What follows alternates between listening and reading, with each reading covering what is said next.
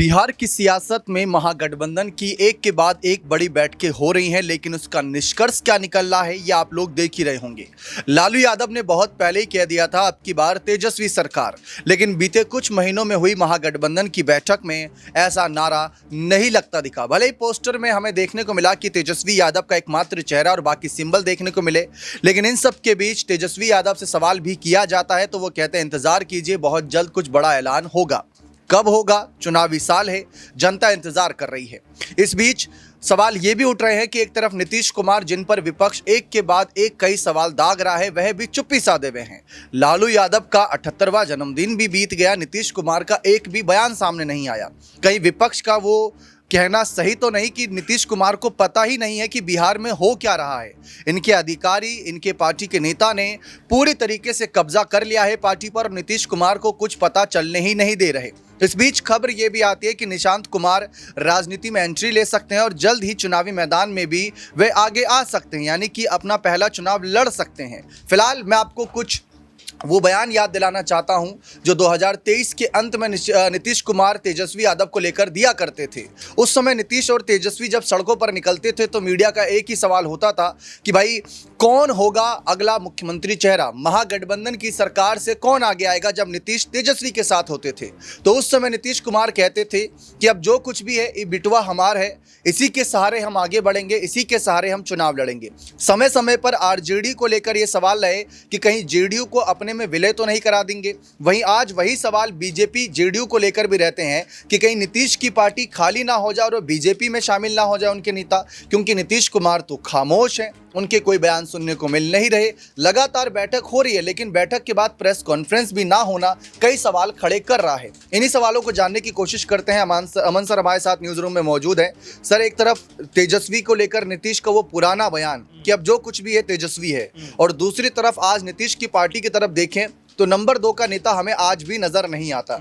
वही लल्लन सिंह, वही संजय झा, वही मनीष वर्मा को लेकर चर्चा होती है, लेकिन किसी एक नाम पर आकर हमारी भी सुई नहीं टिकती। निशांत की बात आती है, लेकिन निशांत राजनीति में नहीं आ रहा है। इसको आप कैसे देखते हैं? देखिए, जाहिर बात है, क्योंकि अगर आपको याद हो जब इंडिया गठबंधन बना था उस समय ये कहा भी गया था कि भाई नीतीश कुमार को दिल्ली जाना है और बिहार जो है वो तेजस्वी यादव को संभालना है। इस बात को लेकर तमाम तरह की चर्चा उस वक्त होती हुई नजर आई, लेकिन समय के साथ जिस तरह इस गठबंधन में दरारें पड़ी और यहाँ पर नीतीश कुमार अलग होकर एनडीए कुनबे में चले गए और अब जिस तरह की स्थिति बन रही है वो उससे देखकर लगता है कि क्या वाकई में नीतीश कुमार एक बार फिर तेजस्वी यादव की तरफ जाकर उनको मुख्यमंत्री बनाने का जो अपना वायदा था वो कहीं ना कहीं पूरा करते हुए नजर आएंगे, या फिर अपने बेटे की तरफदारी वो यहाँ पर करें। क्योंकि आप देख रहे लगातार उनके बेटे निशांत कुमार भी चर्चाओं में बने हुए हैं, कभी नालंदा में नजर आते हैं, कभी जो है कहीं बिहार की तमाम कह सकते हैं जगह पर घूमते हुए दिखाई पड़ते हैं, एक पॉलिटिकल माहौल बनाते हुए नजर आते हैं, लोगों से जनसंपर्क करते हैं और साथ साथ में लोग भी उनके समर्थन में खूब नारेबाजी करते हुए नजर आते हैं कि निशांत जो है वो बिहार का भविष्य है, इस तरह की बातें कहते हुए दिखाई देते हैं। तो ये बिल्कुल कहीं ना कहीं ये बात जो है सामने आती है कि क्या वाकई में अब नीतीश कुमार जो है कोई बड़ा फैसला लेकर यहाँ पर एक अलग राह अपनाते हुए दिखाई पड़े, क्योंकि ऐसा तो लगता है देखने में दीपक की एनडीए के अंदर सीट शेयरिंग को लेकर कोई भी आपस में सहमति नहीं है। किसी को 50 सीटें चाहिए, किसी को 60 सीटें चाहिए, किसी को जो है 40 सीटों पर अपना सीएम बनाना है, किसी को 25 सीटों पर अपना सीएम बनाना है। और ये तमाम बातें उस वक्त हो रही जब बीजेपी फिलहाल अभी पूरे मामले के ऊपर चुप्पी साधे हुए। आप देखिए जब मोदी जी कह सकते हैं बिहार जाते हैं, वहाँ जाकर तमाम तरह की चर्चाएं ये भी सुनने को मिलती हैं कि इस दौरे के बाद कोई बड़ा फैसला यहाँ पर होता हुआ दिखाई पड़ेगा। यहाँ तक भी कहा जाता है कि अगर नीतीश कुमार मुख्यमंत्री जो अगर आने वाले टर्म के भी बनते हैं तो यहाँ पर उनका नाम अनाउंस कर दिया जाएगा, लेकिन वो भी नाम अनाउंस नहीं किया जाता। मंच से पीएम मोदी बोलते हैं कि एक बार फिर बिहार में एनडीए की सरकार नजर आने वाली, यानी कि मोदी भी इस पूरे मामले से बचते हुए दिखाई पड़े। तो ये मानकर चला जा सकता है कि एनडीए के अंदर भी जो स्थिति है बहुत सामान्य नज़र नहीं आ रही है। वहीं इंडिया कुनबे की बात करें तो जो सर्वे सामने आ रहे हैं दीपक, वो भी चौंकाते हुए नजर आ रहे हैं, क्योंकि सीएम पद की रेस की बात करें तो तेजस्वी यादव बहुत ज़्यादा आगे नज़र आते हैं। लेकिन देखिए सिर्फ सीएम चेहरे के तौर पर या सिर्फ उनके नाम पर जो है सरकार बनाने के लिए जो 22-23 सीटें चाहिए, 23 सीटें चाहिए, तो क्या वो उनके नाम पर आ पाएंगी, ये बड़ा सवाल बन जाता है। और अगर नहीं आती हैं तो फिर इस तरह के सर्वे का मेरे ख्याल से कोई मतलब नहीं रह जाता है। अब यहाँ पर हम बात करना चाहेंगे तेजस्वी यादव जिस तरीके से सर्वे में आगे हैं, सर ने बताया, लेकिन उसी सर्वे में या मोदी जी की भी अगर हम बात करें तो बिहार में ये भी चर्चा हो रही है कि मोदी जी के नेतृत्व में एनडीए दल चुनाव लड़ेगा, नीतीश के भी काम की चर्चा उसमें होगी। दूसरी तरफ हम कांग्रेस की ताकत यानी राहुल गांधी की ताकत बढ़ते हुए देख रहे हैं। अगर हम बिहार को राजनीतिक नजरिए से देखें तो बिहार एक ऐसा राज्य दिखता है जहां पर जो दो सबसे बड़ी राष्ट्रीय पार्टी है बीजेपी और कांग्रेस, वो क्षेत्रीय दलों पर निर्भर है। जैसे कि कांग्रेस आरजेडी पर और बीजेपी जेडीयू पर निर्भर है, लेकिन ये ताकत लालू नीतीश की रही है। जब जब उनको लगा कि ये दो पार्टियां नुकसान करेंगी तब तब ये साथ आए हैं। इस बार भी ऐसा ही माहौल बनना है। कांग्रेस तेजस्वी को वो सपोर्ट नहीं दिखा रही है कि यही सीएम चेहरा होंगे। चौथी बड़ी बैठक है, हो सकता है कोई ऐलान हो, वो बात की बात है। कोऑर्डिनेशन कमेटी के अध्यक्ष पहले बना दिए गए हैं, लेकिन सीएम चेहरे पर तो पहली बैठक में तस्वीर साफ हो जानी चाहिए थी ताकि इस पर सवाल नहीं उठता। लेकिन कांग्रेस और बीजेपी की ताकत बढ़ रही है। जेडीयू और आरजेडी को कहीं ना कहीं खतरा होगा कि इस बात का कि कहीं अगर ये आगे बढ़ गए तो वापस मुड़कर नहीं देखने देंगे। इसको आप कैसे देखते हैं? देखिए, बिल्कुल पहली बात तो ये भी है दीपक कि हम दिल्ली चुनाव की अगर बात करें तो उस वक्त भी ये बात कही गई थी कि भाई पीएम मोदी के नाम पर चुनाव लड़ा जा रहा है, आखिर मुख्यमंत्री कौन होगा। कभी परेश वर्मा का नाम निकल कर सामने आता है, कभी किसी और का नाम आता है। लेकिन देखिए, जब पीएम मोदी के नाम पर चुनाव लड़ा जाता है, दिल्ली में बीजेपी सत्ता में आती है, उसके बाद रेखा गुप्ता को मुख्यमंत्री बना दिया जाता है। यानी कि पीएम मोदी के नाम पर अभी भी बीजेपी को न सिर्फ वोट मिल रहे हैं बल्कि वो सरकारें बनाती हुई नजर आ रही है। यही बात है कि क्या बिहार में भी अब जेडीयू के अलावा बीजेपी अपना एक अलग रास्ता भी इख्तियार कर सकती है, क्योंकि आपने देखा कि जब पीएम मोदी वहां पर जाते हैं, बीजेपी के नेताओं के साथ में बैठक करते हैं, उसके बाद बीजेपी के नेताओं से जब मीडिया कर्मी पूछते हैं कि भाई क्या इस बैठक में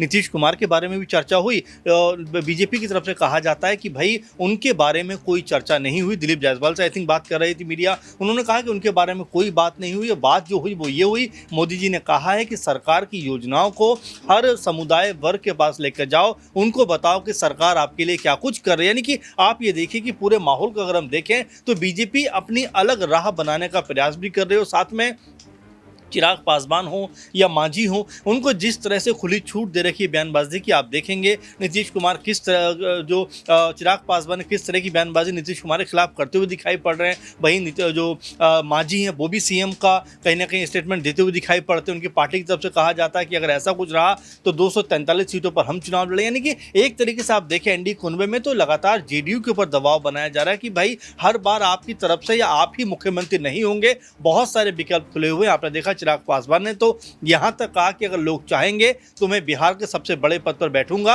और लोग चाहते हैं कि मैं मुख्यमंत्री बनूं तो जाहिर बात है कि मैं मुख्यमंत्री बनूंगा। यानी बीजेपी ने प्लान बी तैयार कर रखा है चिराग पासवान के साथ मिलकर आगे बढ़ने का कि अगर चलिए एक टर्म में अगर चिराग पासवान को भी मुख्यमंत्री बनाना पड़े तो कोई हर्ज की बात नहीं है, इसके बाद हमारा मुख्यमंत्री होगा। आपने देखा महाराष्ट्र में जिस तरह शिंदे को मुख्यमंत्री बनाया गया, लेकिन जैसे ही बीजेपी चुनाव जीतती है उसके बाद शिंदे को साइडलाइन करके फडणवीस को मुख्यमंत्री बना देती है। तो बीजेपी बहुत दूर की राजनीति की सोच लेकर चलती है और उस सोच का फायदा कहीं ना कहीं बीजेपी को होता हुआ भी दिखाई पड़ता है। लेकिन क्या बिहार में अब बीजेपी जिस तरह की बिसात बिछा रही है और जिस तरह के समीकरण लगातार खराब हो रहे हैं एनडीए के, क्या उसके लिए अब बीजेपी अलग राह अपनाएगी? और साथ में नीतीश कुमार जो हर बार की तरह इस बार भी उनकी जिद कायम है कि भाई मुख्यमंत्री तो मैं ही बनूंगा, क्या उनको अब झटका लगता हुआ नजर आएगा? क्योंकि देखिए कई बैठक हो चुकी है, कई दौरे उनके दिल्ली से बिहार के हो चुके हैं, लेकिन उनके नाम पर सहमति नहीं बनी है। एक आखिरी सवाल समीकरण का, अगर तेजस्वी को नीतीश अपना पुराना वादा पूरा करते हैं तो उन्हें पलटू राम के रूप में ही देखा जाएगा, क्योंकि पलटना पड़ेगा।